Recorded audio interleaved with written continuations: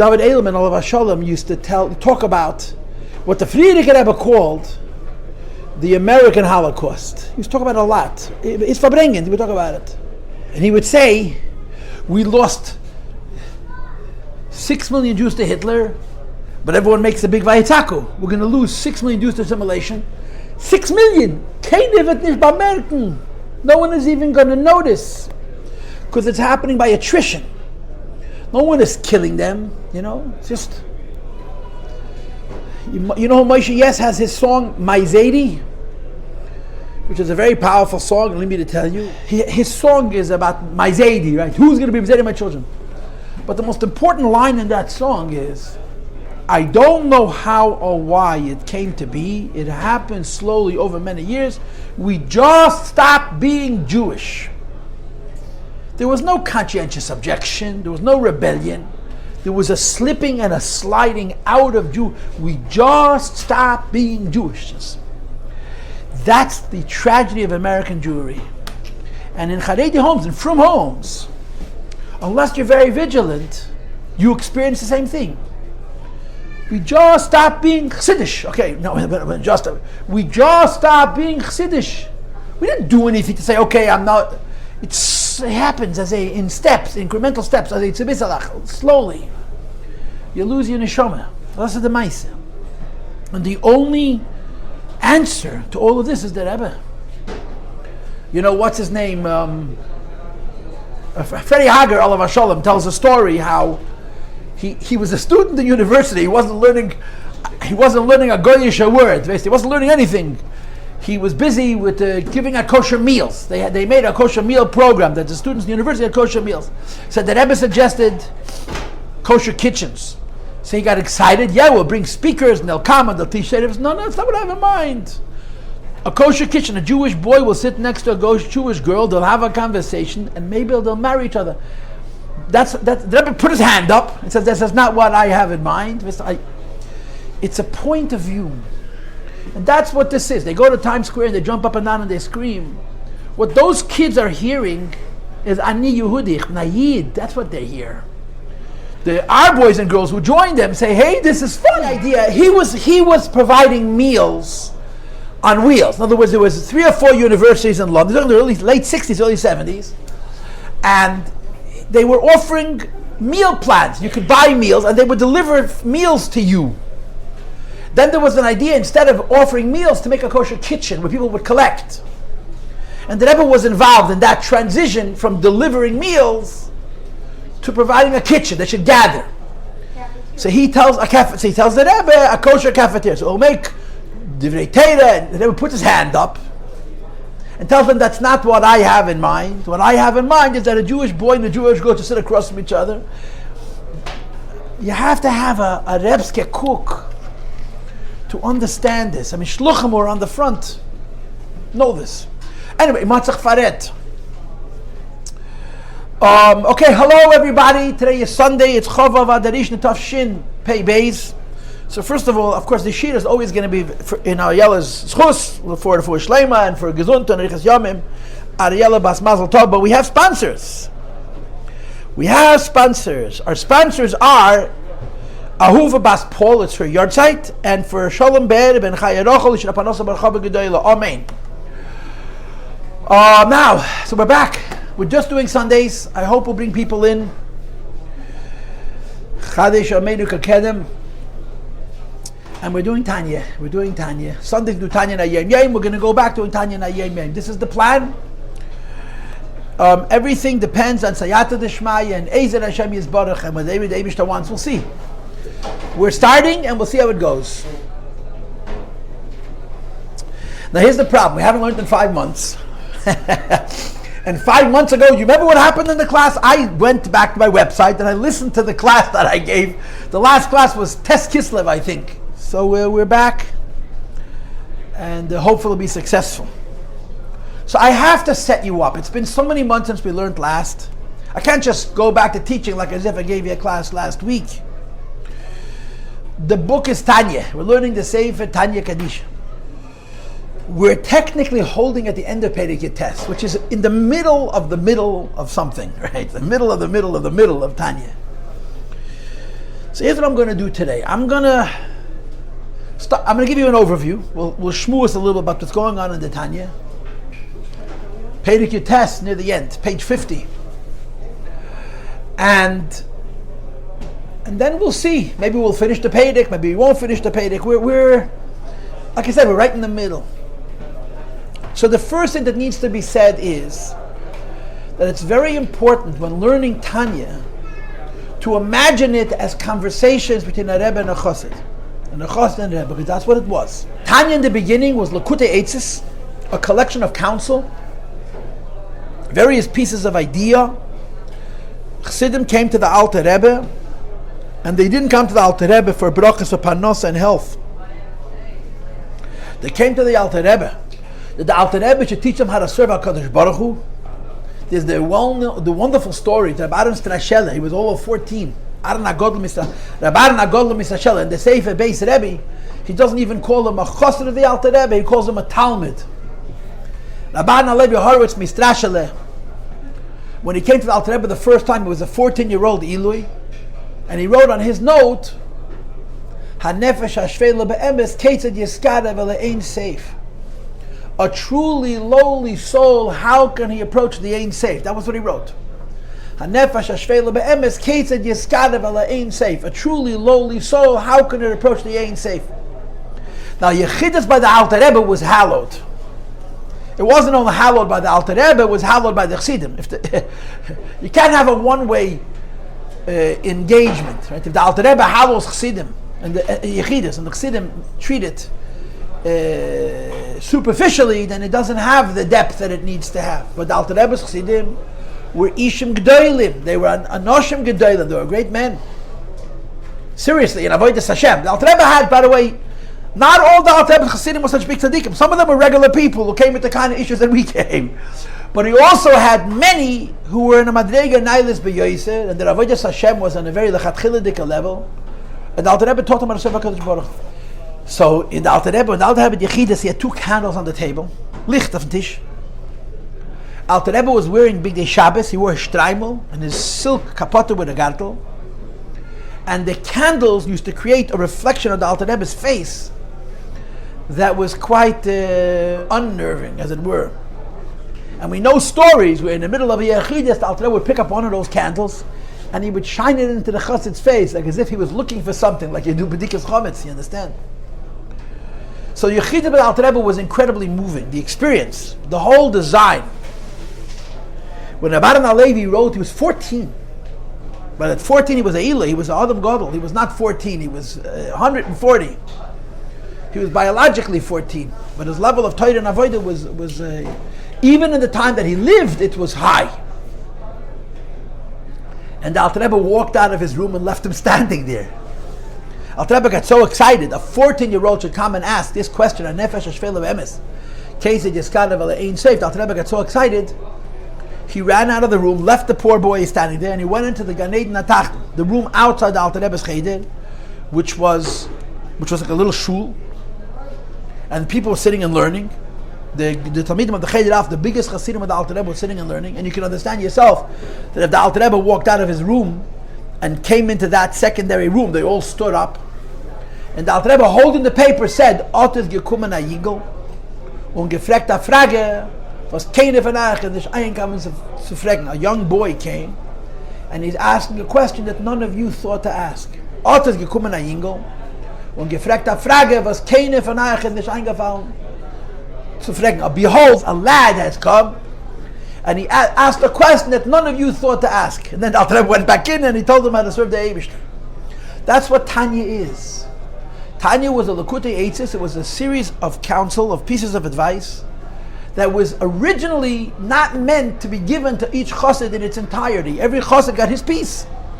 Each chassid got his shtickle. Each chassid came and he asked a question, and he got an answer in Avodas Hashem based on his circumstances and based on his need and based on what he asked. So every chassid got a different pedic. When the Alter Rebbe, so the story of course is that the Tanya went through 4 steps. The first step was Yechidus. The Chassidim came to the Alter Rebbe, and you know, by getting to be a chassid of the Alter Rebbe was a very tricky business, Because first of all, in most places, the whole Hasidic movement was clandestine. The Misnagdim dominated the Lithuania, Eastern Europe, the northern part of Poland. So you were afraid to be a Chassid for financial reasons, and sometimes even for physical reasons and for familial reasons. So it was all very secret. So if you had an interest in Chassidus, you had to join the movement, you had to sneak in. So it took a long time for the Chassidim to trust you and to let you into the movement. Rabbi Avraham Shenis tells the story how he became a Chassid. That he had a Chavrusa, he lived in Shklov. And his Chavrusa was the Pinchas Reizes, was a very, very famous Chassid. Rabbi Avraham Shenis said to the Pinchas Reizes, I see that your davening is different than it used to be. You're davening with a different Islavus. What is the reason your davening is better than it was? So the Pinchas Reizes said to Rabbi Avraham Shenis, he couldn't tell because I became a Chassid, that would have been a death sentence.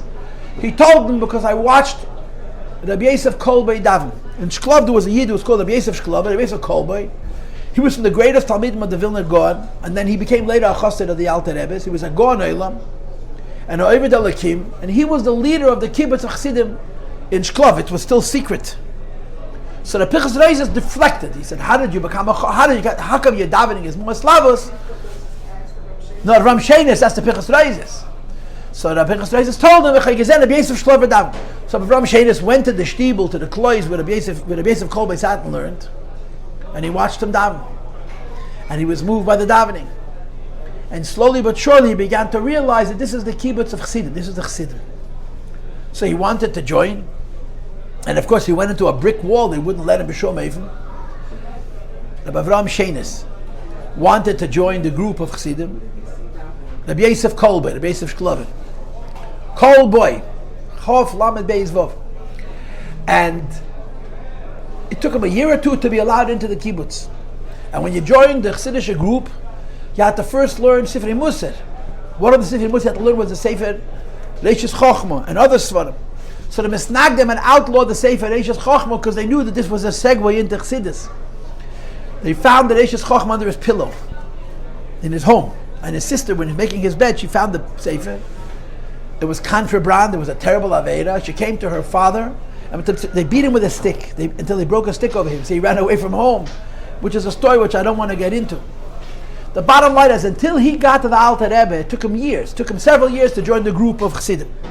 Then when he joined the group, he had to sit and learn Chassidus, he had to participate in the Fabrenganish, and he had to have a Mashpia who taught him to serve the Eibishter. He was not allowed into the Alter Rebbe until the Mashpia felt that he had done his work on his own. In other words, Alter Rebbe wasn't a free... You didn't go to the Alter Rebbe because you wanted to. You went to Alter Rebbe because you needed the Alter Rebbe. You needed the Alter Rebbe because nobody else but the Alter Rebbe could help you. So you had to be in a matzav of Avodas Hashem where the Mashpia felt that he helped you as much as he could, and you tried as much as you could, and now you're at an impasse, and then you went to the Alter Rebbe, maybe you could move on to the next level. So after all of that waiting, when you finally came to the Alter Rebbe, this is such an interesting thing, the first Yechidus by the Alter Rebbe as a rule was Nigle. You would come to the Alter Rebbe with your note, which you had painstakingly prepared, and the Alter Rebbe would ask you, "Vos dir schwer?" What questions do you have? So there's a famous story with a big chassid, whose name is the Baruch Mordechai Babreisky. He was a very big guy when he came to Alter Rebbe the first time after he lived in Vilna. And he had to also work very hard. He was able to join the kibbutz of Chassidim and then to learn Chassidus and participate in the Chassidish Fabrenganish until they let him into Alter Rebbe. When he came into the Alter Rebbe told him, "What questions do you have in Nigle?" So he said to the Alter Rebbe in Yiddish, "Ich bin nicht gekommen da auf dem. I didn't come to the Alter Rebbe for Nigla. I can't find Lenin." He was a very big gun. "I came here for Avodas Hashem." And the Alter Rebbe said, No, this is the Seder, the first Yechidus is Nigla. And I like to say, even though I don't have a source for it, the famous story with Rabbi Hillel Paritcher, that he also prepared his Shilas in Nigla, and the Alter Rebbe did not answer his Shilas. The Alter Rebbe said instead, if you have Shilas in Nigla, first think about yourself. The Alter Rebbe reversed it on him. And Yesh Shloima B'derech Efsher, this is just my personal opinion, is because the Hillel was a chassid of the middle Rebbes. He wasn't the Mountain Rebbes, it was a different generation, different rules. So when he came to the Alter Rebbe did not answer him like he answered his own chassidim, that the first Yechidus is Nigle. He told him, first work on Ruchnius, then you'll worry about your Lomdus. he came into the room where the Alter Rebbe was, and he heard the Alter Rebbe's voice. What did the Alter Rebbe say? A younger man was a child of Masechta Erchen. Why did he have Shas Masechta Erchen? Again, this is just me speaking now, because he knew that that's what's going to happen. The Alter Rebbe is going to ask him what his questions are, so he prepared them. So instead of answering the question, the Rebbe says, really? Nigla is important? What about Avodas Hashem? So the Alter Rebbe broke his own rule. And I'm saying it b'derech hefsher. I never saw this in a Sikha, that the Hillel was connected to the next generation. But that's how it was with Maltner Rebbe. So you waited so long to finally have that Yechidus where the Alter Rebbe taught you how to serve Hashem. And it says in that Yem Yem, that this first Yechidus, which by the Alter Rebbe was the second Yechidus, was Kefishedesh Hanshama. The Alter Rebbe told you, your avodah based on who your neshama was. In other words, there was no mercy. 100% maximization. The Alter Rebbe gave you a derech and avodah which reflected your maximum potential. Which is why a lot of Hasidim had a hard time. And they would come back again and again, and the Alter Rebbe had to give him counsel and counsel to the counsel and counsel to the counsel to the counsel. And all of this is in the Tanya.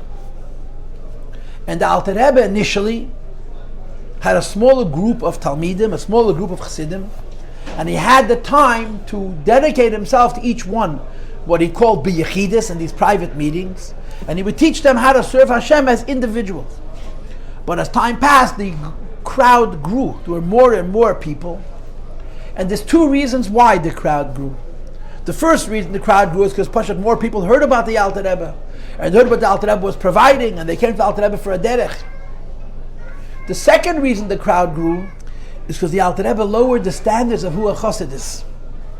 The Alter Rebbe did everything backwards. Most people start out with a low standard, and you slowly raise the standards to be more precise. The Alter Rebbe started with the highest standard, and over time he lowered the standard because the kavanah was to bring chassidus, and even chassidus Chabad, to as many people as possible. So due to these two factors, that there were more chassidim because more people knew of the Alter Rebbe, and v'oid v'gam ze'ikir, also, this is also very important, the Alter Rebbe allowed people who in an earlier decade, for example, would not have been considered his chassidim, now were considered his chassidim. The Alter Rebbe decided to give out the Tanya in a formal form, in a learnable form. So the second version of the Tanya was Maimorim. Alter Rebbe said the Tanya in Maimorim. It wasn't week after week after week, it was occasionally, from the day that Tzemach Tzedek was born, which is Erev Rosh Hashanah Tov Kuf Mem Tes to Tov Kuf Nun, which means 1789. Erev Rosh Hashanah 1789, the Alter Rebbe said a maimer on the first three Pakim of Tanya, which begins with the Gemara Mashbi and Eizet Hitzadik V'Altei Rasha. And it seems, Rabbi Yossi, like this maimer is extant. We have it and it's printed. You can read it. You can read the first version of the Tanya's first three Pakim.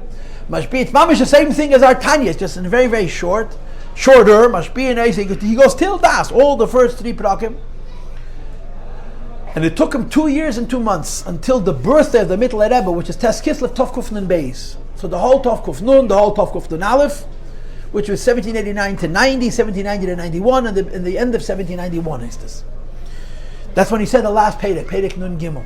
And I'm assuming that at some point he also said the Shara Yichud Ve'emunah. The Tanya originally was only 2 sections: Likutei Amorim Sefer Shel Beinanim, and the Likutei Amorim Shara Yichud Ve'emunah. Later on, the Alter Rebbe added the Likutei Amorim Igeres HaTshuva, which is the 3rd section of Tanya.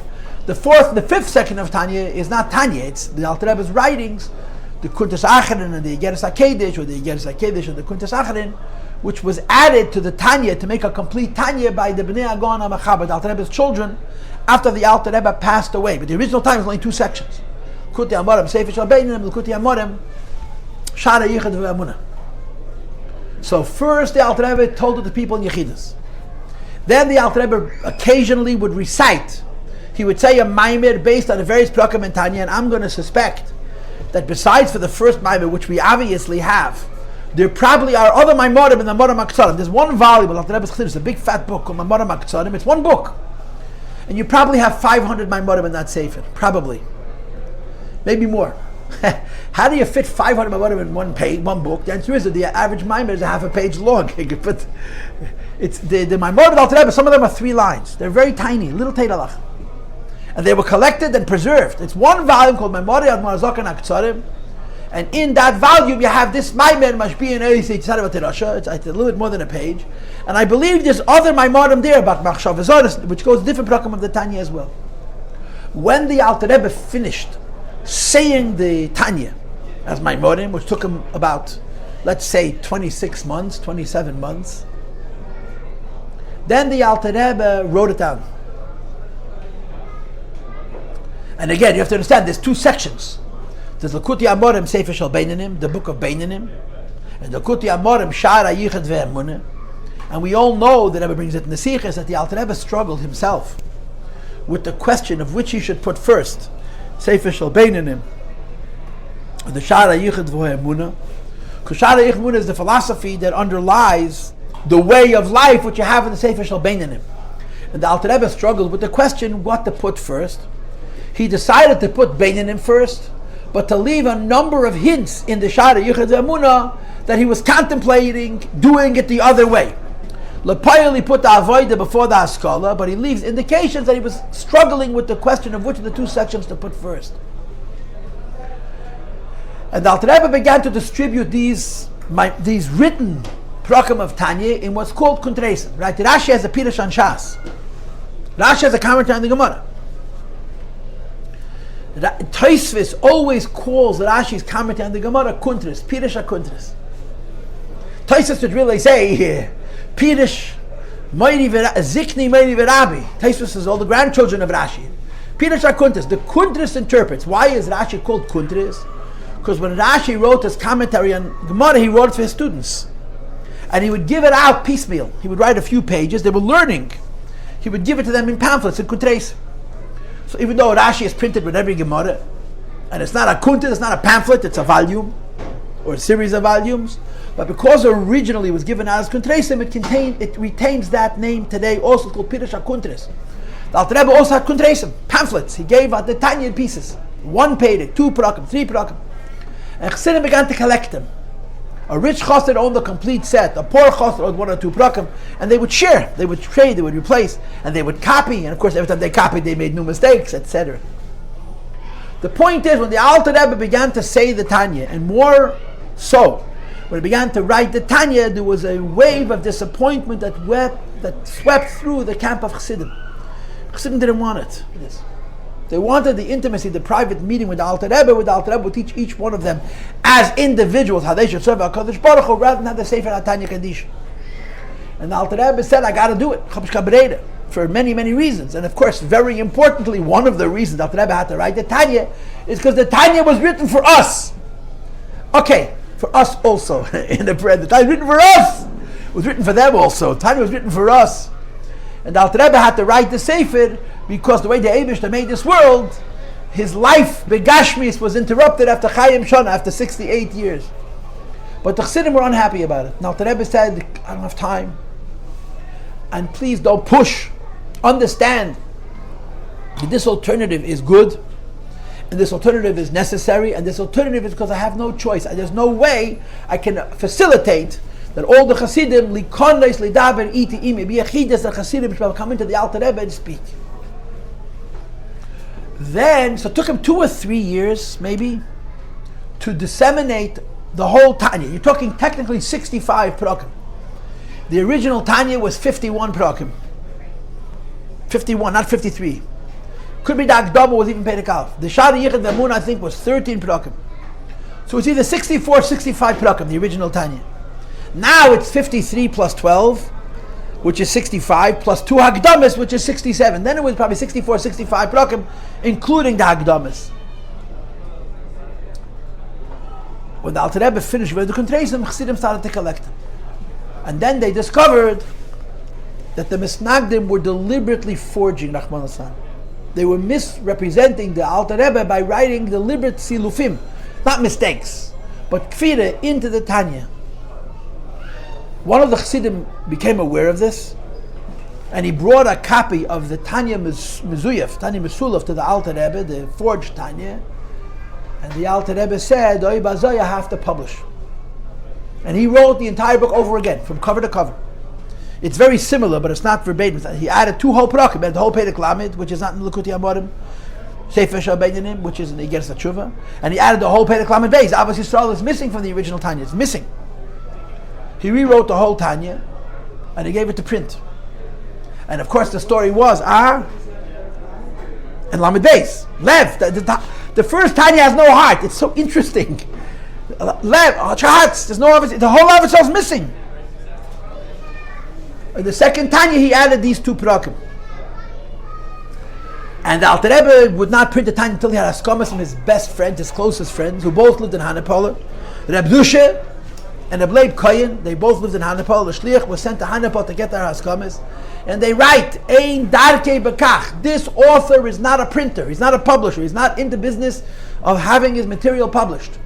But he has no choice, he has to publish. If they take Ha'itim, Sibis, Sheinis, and Mishunim, Seidis, Mishunim, the Alter Rebbe has to publish a Sefer Tanya Kedisha, which is what he did. And the Hasidim are protesting it. We don't want a book, we want a Yechidus. And the Alter Rebbe says, in the book you have Yechidus, in the book you have me. In the Sefer Tanya Kedisha you have the Alter Rebbe. You meet the Alter Rebbe in the Sefer Tanya Kedisha. I remember once that the Rebbe spoke on a Tes Kislev, the Mittler Rebbe's birthday and his Talkas Yula Yortzeit. And the Rebbe said, from each one of the Rabbeim we have a photo, except for the Mittler Rebbe. So you understand what happened right away, a whole tumult about the Rebbe Marash. We'll leave that for the tumblers. But the Rebbe said, of all the Rabbeim, the one Rebbe that we don't have a photo was the Mittler Rebbe. When the Rebbe was later asked, what about the Rebbe Marash? So he said that with the Friedrich Rebbe, the Rebbe Marash looked identical. They looked the same. Anyway, so the Rebbe said that when you learn Torah, there has to be when you learn Torah, you have to see the face of your teacher. It's a puzzle. Which is why, parenthetically, when the Rebbe printed the Samach Vov, he printed, the Rebbe Zoguzanzain, printed in the front page of Samach Vov a photo of the Rebbe Rashab. It was the first large, substantial volume of Chassidus of the Rebbe Rashab that the Rebbe Zoguzanzain printed in 1971, Tafshel Lamed Aleph. And he put the picture of the Rebbe Rashab at the beginning of the book with the argument that when you look at his photo, it helps you understand better. So you have to see, looking at the face of a Rebbe helps you understand. So the Rebbe says, but what do you do about a Rebbe from you have no photo, you have no likeness, no cluster upon him, no image, what are you supposed to do? So the Rebbe used the expression, when you learn his Chassidus, you'll extract from his Maimonim his countenance. Now, I don't know how you do that. But I remember the Rebbe saying it. I didn't read this, I was present. I remember the Rebbe saying it. From his Maimonim, from his Chassidus, you can extract his cluster. You can figure out how he looks. From the Torah of the Rebbe, you can know how the Rebbe looks. From the Torah of the Rebbe Rashab. From the Mittler Rebbe looks. So the Alter Rebbe is similar. The older Rebbe, you learn in the Tanya, you have Yechidus from the Alter Rebbe. But then you have to be willing. Let me say something parenthetically. I'm reading Rabbi Groner's book. And I'm reading it dafka slowly. I'm reading every chapter twice. You know, we know stories of the Rebbe, right? We know lots of stories, right? True ones and stories that... True ones and good ones, as they say in the cynical culture, yeah?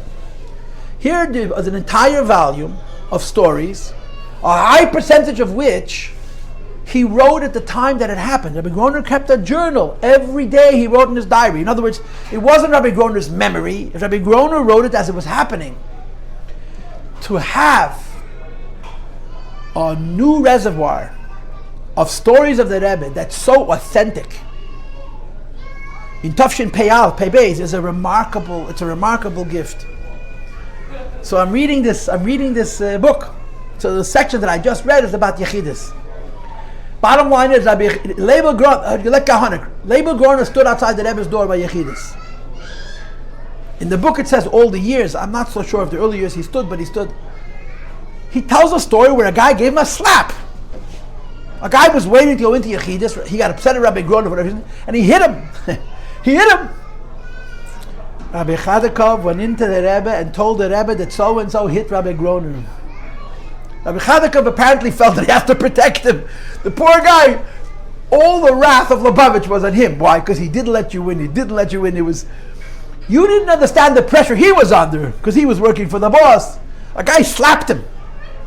And the Rebbe said to him, you must apologize. You must apologize.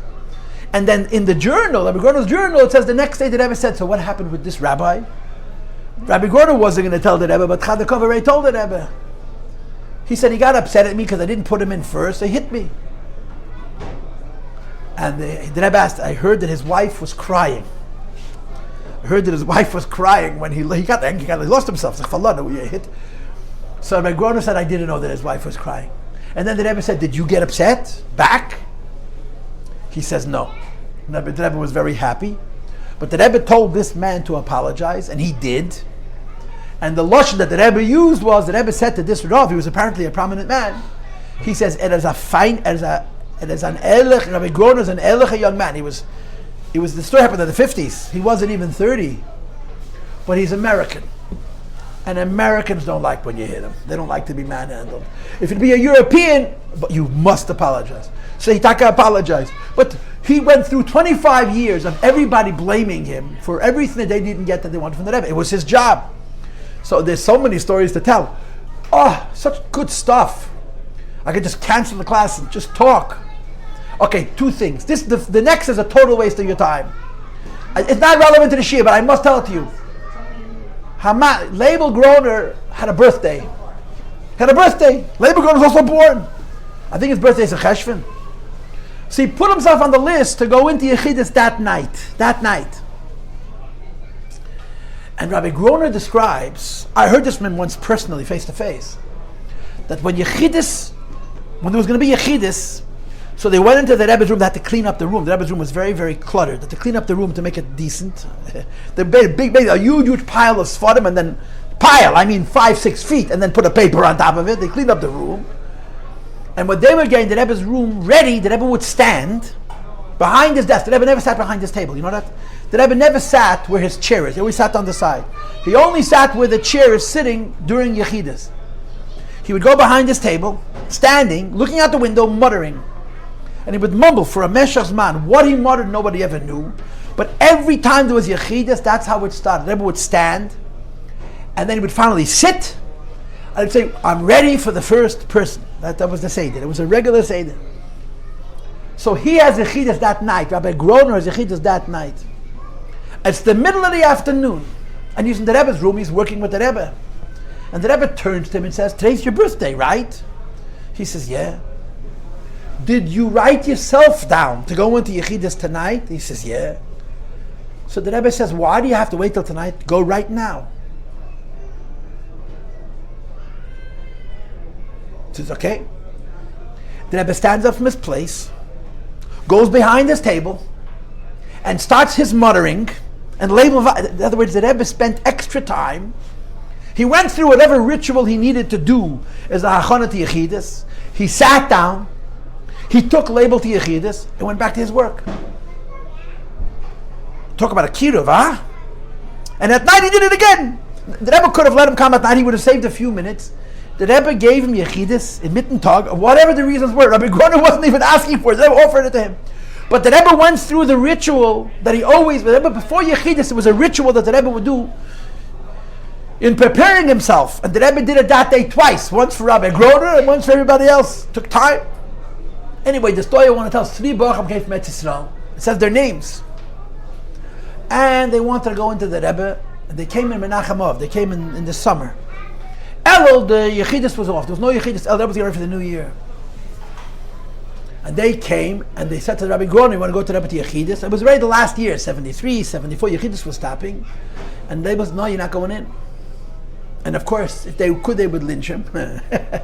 So the Sach geholfen, they'd get even a more mean label, huh? But they wrote the Rebbe a letter that they're not letting him in. And they came to America to go into the Rebbe. And they said they're asking the Rebbe to have Rachmanas on them, Kerachem of Albonim, if they wrote, like a father has mercy on his children. Anyway, Rabbi Groner called them and said the Rebbe gave you Yechidus the last night before Elul. And they went in one at a time. When the third one was Mam Rebbe, the Rebbe says to him, Zos nit haben kein Faribel zu Groner. Don't be angry at Groner. I told him. I told him not to let people in. They had to push and protect him. It could get budget physically dangerous. The stories, and it's like so many authentic stories that are so close that we never heard. Rabbi Groner, I would say you have to say that the closest person to the Rebbe was Rabbi Chadakov. I don't think that's even a question. But after Rabbi Chadakov, it probably was labeled Groner. And they're telling stories that he wrote at the time that they happened. These are not from memory. He wrote them Shas Maisa. It's extraordinarily special. Anyway, my point is, Yechidus was a serious geschäft. And the Alter Rebbe says, I have no time. He said, you can find me. Oh, wait, I've got the most important story of all. I told you a bunch of stories. I forgot the story I wanted to tell. There's a Yid, his name is Moshe Orenstein. He was a mashpi. He was a very chassidish Yid. Harav Moshe Orenstein. He would always manage to have two yechidus. He always would work it out. And I think he had two yechidus because he was taka chassidish abacher. And the Rebbe, if you managed to fool Abel Groner, you didn't fool him. He would always have a yechidus when he came from Eretz Yisrael, and always have a yechidus for his birthday. Anyway, he came in Lamadal, 1974, and he wanted a yechidus, and Rabbi Groner said, I'm sorry. And he showed him that, in years past, you've had more than one. I can't let you in.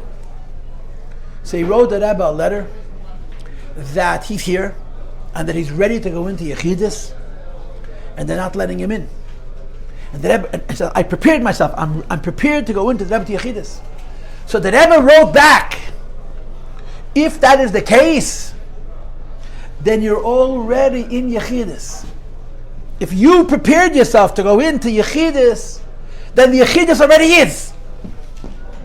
And there's no need to physically come into this room. And he finishes v'kal. It's easy to understand. V'kal lahaven. The Rebbe wrote him, this is what I wanted to share. If you prepared yourself to go into yechidus, then you're already here.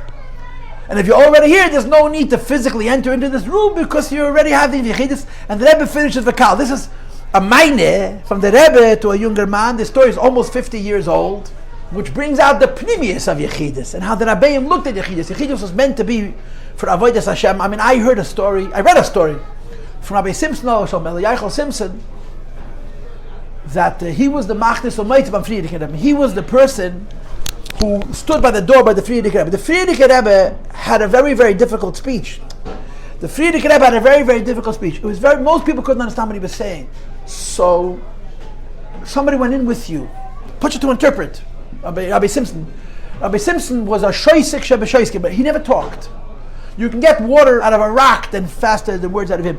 It was a personality also.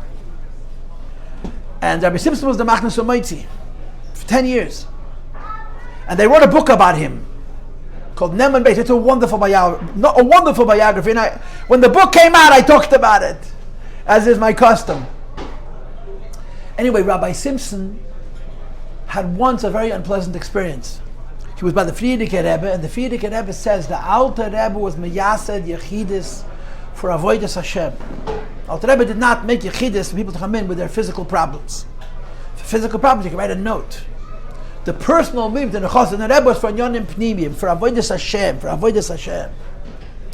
And nobody's asking about Yonim Pnimiyim. Friedrich Rebbe said, nobody's asking about Yonim Pnimiyim. So the Rebbe says, I'm thinking to stop yechidus. Friedrich Rebbe tells the Rebbe, I'm thinking to stop it, no more. Parenthesis. There was a Yid by the name of Peretz Hecht, Olav Shalom, Rabbi Peretz Hecht. His wife used to come to these classes also years and years ago,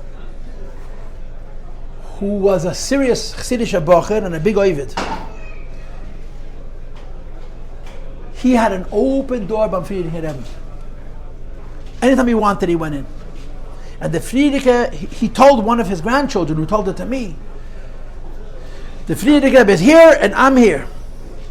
I don't know if he stood or he sat, but he went into the Friedrich Rebbe all the time. The Friedrich Rebbe was madrichim and yoni avoida. He was a serious ovid. He was working on his midas and so on and so forth. And the Friedrich Rebbe gave him no limit to the time that he had for one boy, or ovid. When he got engaged to his kala, the Rebbe said to her, "Hast genommen Peritzen? You took Peretz for a chosen? You're smart, Mr. Kluge." I think I heard it from her when they were sitting shiva for him. You're marrying Peretz? The Friedrich Rebbe said, that means you're smart. Anyway, Rabbi Simpson goes out. So Friedrich Rebbe tells Rabbi Simpson that he's thinking to stop Yechidus because no one is talking about Yonim Pnimiyim. So he runs out and he goes to Reb Shmuel, the Mashpia. He said, what should I do? The Rebbe wants to stop Yechidus. So Reb Shmuel took a few Bachrim and he prepared them to go into the Rebbe. He didn't want Yechidus to stop. They should go into the Friedrich Rebbe and speak in Yonim Pnimiyim, speak about Yoni Avodah. And they did. And Yechidus continued. So Rabbi Groner, Olav Shalom, the kind of Verbrengt for us in Yeshiva. I have a few recordings of his Verbrengens. I really should give them out. I'm not keeping secrets. I have 3 or 4 Verbrengens of his. If anybody wants and ask me, I'll try to find them and let the world have them. So he was Verbrengt for us in Yeshiva. And I told him this story, and he got very excited. Of course I remember that story. I was one of those bacharim. He said, I was one of those bacharim that Anyway, I am talking about everything but our topic, which is the Tanya. So the Alter Rebbe, first the Tanya was Yechidus, then the Tanya was Maimorim, then the Tanya was Kuntreisim, pamphlets, and then Tanya was published as a Sefer. When the Alter Rebbe published the Tanya, he continues to call it Kuntreisim. In the Gedomet, in the introduction to the Tanya, he calls the Tanya Kuntreisim based on the fact that it had been, Kuntreisim means pamphlets. It had been pamphlets before it was published in a single volume, as a single Sefer. So the Tanya teaches how to serve Hashem, that's what it teaches. But it teaches everybody in a different method. So of course the yesod of the Tanya is the Tanya is not for tzaddikim, it's for beinin. Alter Rebbe was not a tzaddik, Alter Rebbe was a tzaddik gomer. Alter Rebbe was not a tzaddik gomer, Alter Rebbe was a neshama klaus, he was a Rebbe, he was a nasi. And the Tanya was made for plain people, for what Chaim Miller has coined in-betweeners. It's a very helpful way of translating. How do you translate Beinani? Intermediate doesn't cut it. He calls them in-betweeners. It just works better. In-betweeners. I don't know if there's such a word in English, but that's Rabbi Miller's translation of Tanya. In-betweeners of a Beinani. We're not bad and we're not good. We're struggling. We're not perfect or terrible. We're struggling. Life. But avoida. And it's miyusad al apostle ki korev elach adav ma'ed befirch v'achal seisi echo korev ma'ed.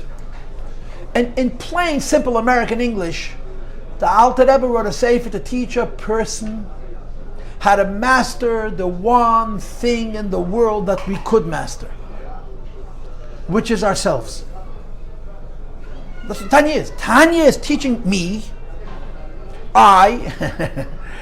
each one of us, to master the only thing in this world that we could actually own, which is ourselves. Right? Simple. Now, it's a lot easier to own other people even, and other things for sure, than to own yourself. But the Tanya is about self-ownership, to gain control over self. That a person should be such a balabayas over himself, that whatever he wishes to do, whatever he tells himself to do, he does. Whatever he wishes not to do, whatever he tells himself not to do, he refrains from doing. And the yesod of that is a certain koyach. The Tanya gives you the koyach, the technique, the method, to have the strength, to own self. That's what the Tanya is all about. In order to do this, the Alter Rebbe has to develop what a person is. So he introduces us to the Nefesh Elokis. He introduces us to the Nefesh Habahamis. He introduces us to the fight, to the war between the Nefesh Elokis and the Nefesh Habahamis. He introduces us to the different players. Those who win completely are tzaddikim. Those who lose completely are rishoyim. And when he gets to chapter 12, he finally gets to the principle. What's the word? To the main character of the Sefer Tanya Kedisha, which is v'habeinani. And as we know, the Alter Rebbe provides two methods: derech aruch or ksara, a long method and a short method. The long method of achieving beinani is called mayach shalt al alev. That the mind educates and the mind rules over the heart. In the wording of the Tanya, when you daven, you're a king over your heart. When you're not davening, you dictate over your heart. You're not a king, meaning to say the rest of your body doesn't love the rules that they're given, but they're forced to acquiesce. During davening, you're a king. What is a king? That the subjects accept him willfully. During davening, the hands and the feet, and even the Yetzer Hara, the Nefesh Habahamis. Pardon me, if the Beinani want to do what the Neshama wants, not during davening, you're not a Melech, you're a Moshe. And it flips back and forth. Melech, Moshe, Melech, Moshe, Melech, Moshe. And Alter Rebbe has a whole discussion that since this is the best that a Beinani can do, this is called Midas HaEmes. It's called the Beinani's truth. Truth should mean something that never changes. The Beinani's life is flux between being a king over his body and being a dictator over his body. Nevertheless, it's called Midas HaEmes. It's considered true for a variety of reasons. And basically, it's because that's the best he can do. Then you get to Perek Yud Ches, chapter 18. And in chapter 18, the Alter Rebbe is dealing with a person who cannot do what's called the long-short method. Me'ach shalt al alev. Why? Because for a person to use his mind to educate and control his heart, you need a mind. A working one, and you need concentration, a deep one, and you need emotional sensitivity, a refined one. And not everybody has all of those skills. You have to have all three of those. You have to be smart, you have to have depth, and you have to have sensitivity. And if you're missing one of those three, and certainly if you're missing all three, you don't have the skill set, you don't have the tools to be a Beinani in the Madrega of Me'ach Shalat Al Alev. You don't have the intelligence, the concentration, sensitivity to be emotionally excited by understanding Hashem in your mind. So in chapter 18, Perek Yud Ches, the Alter Rebbe introduces a second method that was called in the yeshiva world of teaching Tanya. It's called the Derech Tzara, the shorter method. It's called the short method. The label of the short method is Ava Misoteres, the hidden love, what we call in our culture the Pintel Yid. The short method of being a Beinani is not creating original feelings for Hashem. As we did in the earlier Prakim, the short Beinani is by uncovering the feelings of Hashem which are in the Neshama from birth, by nature, by Teva. And the Alter Rebbe is going to provide a second method. What's the big difference? So of course, it takes many Prakim, it takes 8 Prakim to get through, 8 chapters. What's the big difference in the first method and the second method? And I've found that a lot of people are unclear about this. They're afraid to say it, but this is the difference. The difference between the first method and the second method: the first method is intellectual. The second method has to do with imagination, with visualization. The first method is learning. The second method is picturing, imagining. But what you're picturing and imagining is quite uncomfortable. You have to picture and imagine a circumstance of Mesiras Nefesh Kiddush Hashem, where you're being killed for being Jewish, and in the face and the image is mine, and not somebody else's. Whenever I get to this point, I always mention what you have in the last page of the Machzor. Right? The Machzor by Ne'ilah, the last page is very dramatic. Shema Yisrael once, Hashem Elokim, Baruch Shem Kved Mechusay 3 times, Hashem Hu Elokim 7 times, then you say half a Kaddish and you blow shofar. You sing Napoleon's March, you blow shofar, say Lashon Haba B'Yerushalayim, and then you finish Kaddish, and the Shechina goes away. On the top of that page, above the Shema Yisrael, there's 2 lines of small type. Isa b'Ma'aril. It says in the Sefer Ma'aril. Ma'aril is one of the great later Rishonim, early Achronim, who wrote Minhagim. We live by the Ma'aril. Ma'aril is one of the most important sources of practical halacha, what we call in the culture Minhagim. Not what the law is, but how we do it actually. The Ma'aril writes that when a person gets to the Krishma Matzah Yom Kippur, and he imagines himself being Meisei Nefesh HaKiddush Hashem, it's considered as if he was actually Meisei Nefesh HaKiddush Hashem. So let me be candid. I stand right below us, right here. This is my place here in 770 now. But I stand right here. I have a place. I raised my kids here. To get a place in 770, if you don't have a seat, I need to get mizach. So this was my spot. And when it comes to this page, I read those 2 lines and I close my eyes and I try to imagine Mesiras Nefesh. And you know what? It's very, very disturbing. It's not simple. Yom Kippur by Ne'ilah, to visualize Mesiras Nefesh with the characters yourself, is not a pashta geschäft. But this is the method that the Alter Rebbe is proposing. That a person can be a Beinani, to use the Lashon Gemara, maskirin la'yema misa. The Gemara says when the Yetzer Hara bothers you, and there's no way for you to get him quiet, speak to him about death. That'll sober him. It's a similar idea. The Alter Rebbe proposes using the possibility of Mesiras Nefesh HaKiddush Hashem to be a Beinani. What's the logic? What's the lumdis? The lumdis is azoy. If a person has the ability to give his life to be a Jew, that energy can be used to control his Yetzer Hara at any moment. It takes the Alter Rebbe 8 Prakim to make this case. It takes the Alter Rebbe 8 Prakim to make this case. And we're holding in the second of these 8 Prakim, so it's going to be a while before this whole thing is flushed out. But this is the second method. The first method is an intellectual method, it's a seichel method. And the second method is a visualization, it's a hitztaitus. You picture in your mind, in Mesiras Nefesh al Kiddush Hashem, and you use it as a motivation to be a Beinani. So Rabbi say, I have to stop the class because it's 51 minutes and 56 seconds in. And we have to learn also Yem It's Hashem. This is a big deal. For me, this is a very big deal. If this works, a brach of Alaman's kep, and please bring people. The shir should grow and grow. With Hashem's help, of course. But I just want to say this. We learned almost all of Yutes, the whole Yutes and all of Yutes. And the dominant feature was the idea of the Pintel Yid. the neshama, the Paltiel Yid. The big issue is, every Jew has a Paltiel Yid, all of us have a Paltiel Yid. But the Paltiel Yid is latent, it's quiet, it's hidden, it's sleeping. The Alter Rebbe uses the word alternatively for some cases, exiled. The Paltiel Yid only emerges in extreme moments. The Paltiel Yid emerges in moments of tshuva, which the Alter Rebbe doesn't talk about, but the Rebbe talks about, and moments of Mesiras Nefesh, Al Kiddush Hashem, which the Alter Rebbe does discuss.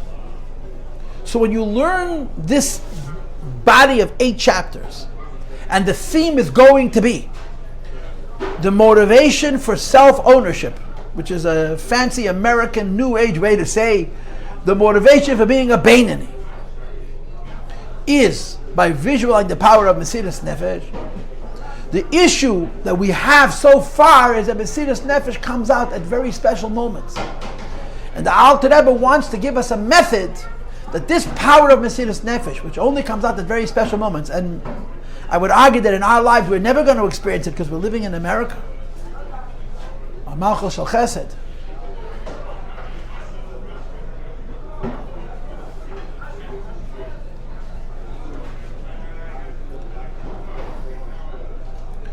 How are you supposed to use that every day? How are you supposed to use every day a power which emerges on special occasions? Now I'm leaving you with this cliffhanger. This is the question I'm leaving the share with. If the second method of Beinani is by visualizing in a Mesiras Nefesh, but Mesiras Nefesh comes out only at rare occasions, how are you supposed to use it every day? I'm just going to take 8 parakim to explain it. So let me say this to you. I want to thank you all for coming. I really hope I didn't disappoint you by my review. I didn't disappoint myself. I hope I didn't disappoint you. Next week's class, Bli Neder, is going to start with another review, but it's going to be much more local. I'm not going to tell you the whole story of Tanya. I'm going to talk only about the inyan of the questions that the Alter Rebbe raises in the beginning of chapter 18, and that the Eibishter will help us, and the shurim will go on, Batzlocha, Ubesholem, Ubebriyas, alle gute Sachen, we'll get there, Mitzvah Hashem at the Zeit. Okay, we're going to take a break, and then we're going to learn Hayem Yem. Thank you again for coming, and thank you for organizing.